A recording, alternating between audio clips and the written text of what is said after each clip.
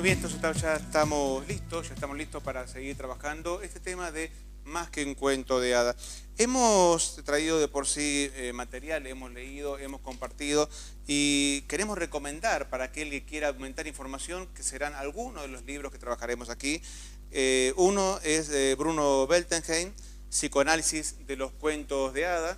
Es un libro que de por sí hace a lo que sería, vamos a aquella cámara, hace a lo que sería, digamos, un acercamiento de la información con respecto a lo que es todo este tema desde el punto de vista psicoanalítico, ¿no? ¿Qué hay detrás de los cuentos de hadas? Psicoanálisis de los cuentos de hadas es uno de los temas. El otro tema, el otro que trabajaremos, ahí vamos, es uno que trabaja desde la parte de Jung, ¿sí? Desde lo que es la escuela de Jung, imágenes arquetípicas y simbólicos en los cuentos de hadas. Uno de los libros que de por sí también recomendamos para aquel que quiera aumentar información con respecto a lo que significa, de qué manera se trabaja y cómo se puede interpretar también este tema. Y el otro que queremos recomendar es uno que de por sí se trabaja una técnica que aplica de por sí la introspección como una manera de reconocerse a sí mismo, y el tema de los mandatos, ¿sí? Que luego justamente lo voy a recordar, que es este tema que es transforme en hada su bruja madrina, ¿sí? Es otro libro que queremos recomendar. Muy bien, estamos ya listos para trabajar y voy a presentar a nuestro panel y a los invitados. Natalia Soberón, ¿qué tal? ¿Cómo estás? Muy bien, gracias por la invitación. Muchas gracias a vos por estar con nosotros. Fue de alguna manera la que despertó nuestro interés, ¿no? Si bien es un tema que muchas veces le hemos hablado, a partir de una charla que ustedes han preparado, un taller, ¿no? En la Feria de Arte de Moreno, sí, ¿sí? Junto con tu colega. Con Cintia Parma, una licenciada también en psicología. Ante las preguntas de muchas abuelas, que justamente una era la que coincidía con por qué se hacía pasar a estos niños por momentos tan feos como la muerte, como enfermedades o como madrastas terribles. Sí. Mucha gente pregunta, madres, abuelas, por qué pasaba esto, aún en películas de Disney, que siempre empiezan con algo trágico, si era bueno, si era malo, y ahí nos despertó esa chispita de investigar y de empezar a ver justamente por qué, si era bueno, si era malo, para qué se hacía. Y bueno, y eso llevó a la charla, y de la charla Daniel nos invitó, y bueno, y hoy estamos acá para compartirlo entre todos. Muy bien, muy bien. Camila Romero, ¿qué tal? ¿Cómo estás? ¿Qué tal? Buenas tardes. Buenas tardes a todos. Ya casi parte de nuestro panel, y ojalá que el año que viene... Sí, ojalá el año que viene continúe. Puede continuar. ¿Qué tal, yo Ignacio? con mucho gusto, ¿qué tal? Buenas tardes. Bienvenido, y también obviamente desde el punto de vista psicoanalítico vas a incorporarnos de la mirada lacaniana, una perspectiva, ¿no? De esto de los cuentos de hadas, de qué detrás los cuentos de hadas. Así será. Muy bien. Moni Romero, ¿qué tal? ¿Qué tal? Rivero, no vamos cambiando el apellido. Un parentesco Una Gabriela, fusión, ¿no? Con la psicóloga. Buenas tardes, y bueno, todo listo para compartir este programa que va a ser más que interesante, desmistificar lo feo, como decía recién la psicóloga, a ver qué pasa desde el lugar de las mamás también, ¿no? Que cómo contamos el cuento que le contamos a los chicos, y más cuando es de noche, ¿no? Y más a ver qué le contamos ¿Y cuando qué le contamos contamos? ¿Qué elegimos? ¿Qué hay detrás de cada cosa que estamos diciendo? Hola, ¿qué tal? ¿Qué tal, Daniel? Gracias por la invitación. No, por favor, muchas gracias a vos. Comentamos entonces, Natalia, ¿sí? Que un poco fue la que disparaste a partir de un trabajo que era ¿qué cuento? ¿Qué cuento cuando cuento cuentos? Cuentas, es lindo. Fue adrede justamente para ¿qué cuento cuando cuento cuentos? Pensándolo, como te dije anteriormente, de esto de por qué empezar con una desgracia. Y bueno, justamente el cuento de hada trae esta fantasía necesaria para el desarrollo psíquico de un niño, para que mediante algo que no está sucediendo en lo real, simbólicamente pasa en un cuento, donde a través de los personajes me puedo ir identificando de alguna manera y poder ser. Para después, este cuento me va a permitir encontrar soluciones posibles ante los conflictos internos que un niño está pasando, y no los reconoce como conflicto interno, como el inconsciente, como es algo que le está pasando. Claro. Entonces, si el chico puede identificarse con algún personaje de los que están en el cuento y ve cómo ese personaje va resolviendo situaciones similares a las que este niño o niña está viviendo, puede encontrar una solución posible a lo que le está pasando. De por sí todo chico vive, digamos, desde el punto de vista de su fantasía, un mundo aparte que el adulto está viviendo, ¿no? Sí, y hay conflictos existenciales que están generación tras generación. Que permanentemente están ahí. Pero digo, el adulto muchas veces ni siquiera sabe con sus palabras qué le está transmitiendo al chico.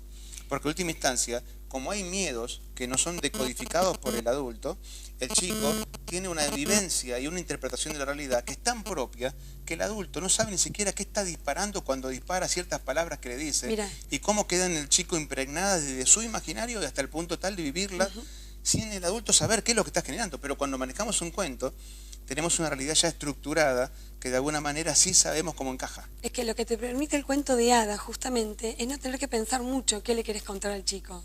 Te relajás, disfrutás el cuento y lo contás. Claro, ya está. Y si a eso vos le agregás los tonos, el misterio y esto de ponerte en un personaje, ayudás más todavía a la imaginación del chico. Pero a la vez, esto de elegir un cuento, muchos papás actualmente dicen el cuento bueno, el cuentos buenos. Los cuentos buenos son los que no tienen ni muertes, ni problemas con la vejez, ni con problemas de los miedos, ni con problemas de los cuerpos. Entonces, cuentos buenos. Que supuestamente, bueno, la semana pasada hablamos de las malas palabras. ¿Sí? Y hablamos de que son malas, que cuando son buenas las buenas palabras. Bueno, en este caso son buenos porque no lastiman a nadie esos cuentos, supuestamente. Yo creo, dándole una mirada por ahí un poco más... Buenos entre comillas. Sí, tal cual. Sí. Me parece que son esos cuentos buenos para los papás, no para los chicos. ¿Por qué? Porque no le hacen pregunta al chico para que el chico le haga pregunta al padre. Como el padre no tiene estos códigos, como decís vos, para saber responderle, se quedan como que mejor no haya muerte, no haya nada y contemos un cuento lindo. Son pistolas con cebitas, digamos. Pero justamente el cuento de hada lo que te hace es que puedas contar una muerte, una enfermedad, una madrastra terrible, porque te garantiza el cuento de hada un final feliz. Claro. Y en ese final feliz hay una solución de los problemas. Y otra de las cosas que me parecen sumamente importantes que el cuento brinda es que no hay ambigüedades en los personajes del cuento. El bueno es bueno, el malo. El bueno es muy bueno, el malo es muy malo, entonces el chico se va a identificar qué quiere ser. No importa si es el más malo, porque a consecuencia final vas a ver que el más malo va a tener un castigo por ser tan malo.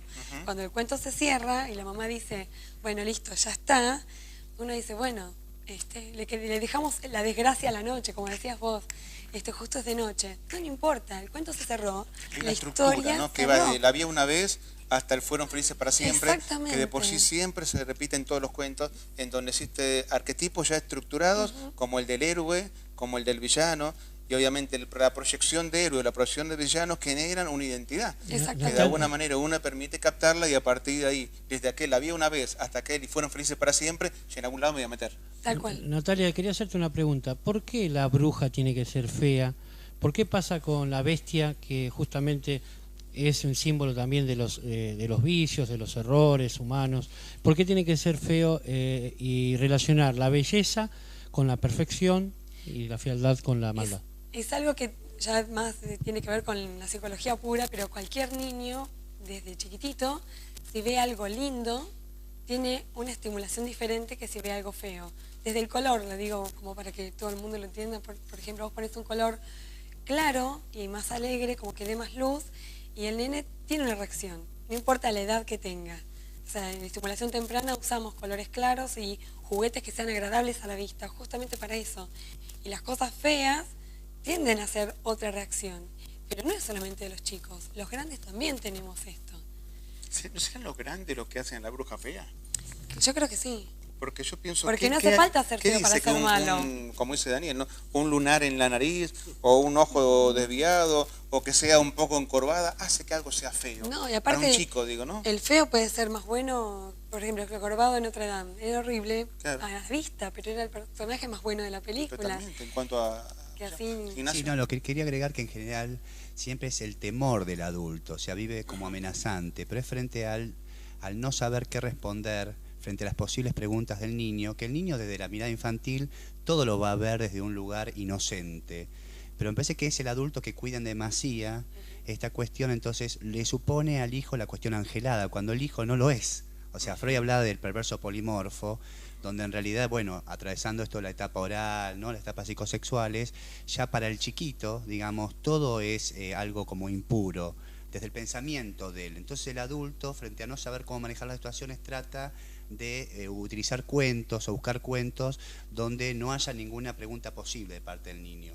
Pero por ahí es importante que, bueno, que los padres necesiten saber más sobre la psicología infantil para saber dar respuestas en base a las etapas, ¿no? Por eso los talleres me parecen muy importantes, porque instruyen mucho a los padres y a los docentes también. Los docentes también ignoran mucho sobre la psicología del niño.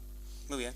Aprovecho justamente el tema que viste el pie. El viernes que viene tenemos el nuevo taller sobre trabajo de padres con chicos y docentes, el cual recorramos y los invitamos a las 8 de la noche aquí en Moreno, en el complejo Don Natale, en Julio Acep 152. Se va a realizar a las 8 horas el taller Escuela para Padres y Docentes. Sí, ya hay varios estudios de casos. Los que quieran meterse en Facebook van a encontrar 5 casos que son modelos sobre lo que vamos a trabajar.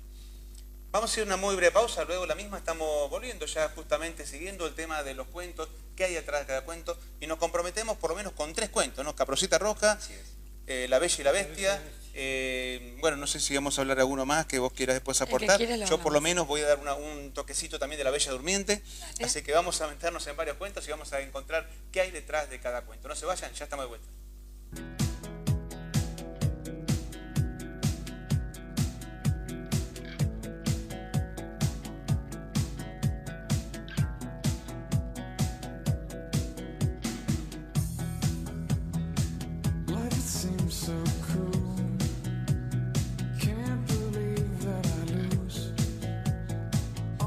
¿Sí? Desde lo que es la escuela de Jung, imágenes arquetípicas y simbólicos en los cuentos de hada.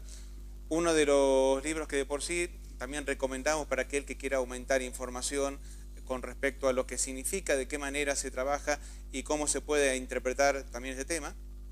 Y el otro que queremos recomendar es uno que de por sí se trabaja una técnica a lo que sería, vamos a aquella cámara, hace a lo que sería, digamos, un acercamiento de la información con respecto a lo que es todo este tema desde el punto de vista psicoanalítico, ¿no? ¿Qué hay detrás de los cuentos de hadas? Psicoanálisis y los cuentos de hadas es uno de los temas. El otro tema, el otro que trabajaremos, ahí vamos, es uno que trabaja desde la parte de ya estamos listos para seguir trabajando este tema de más que un cuento de hadas. Hemos traído de por sí material, hemos leído, hemos compartido y queremos recomendar para aquel que quiera aumentar información que serán algunos de los libros que trabajaremos aquí. Uno es de Bruno Beltenheim, Psicoanálisis de los cuentos de hadas. Es un libro que de por sí hace...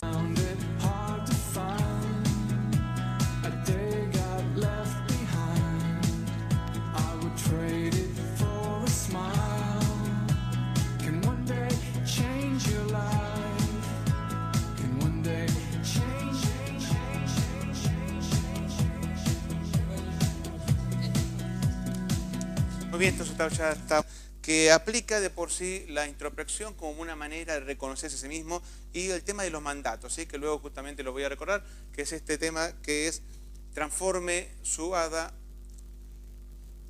en hada su bruja madrina, ¿sí? Es otro libro que queremos recomendar.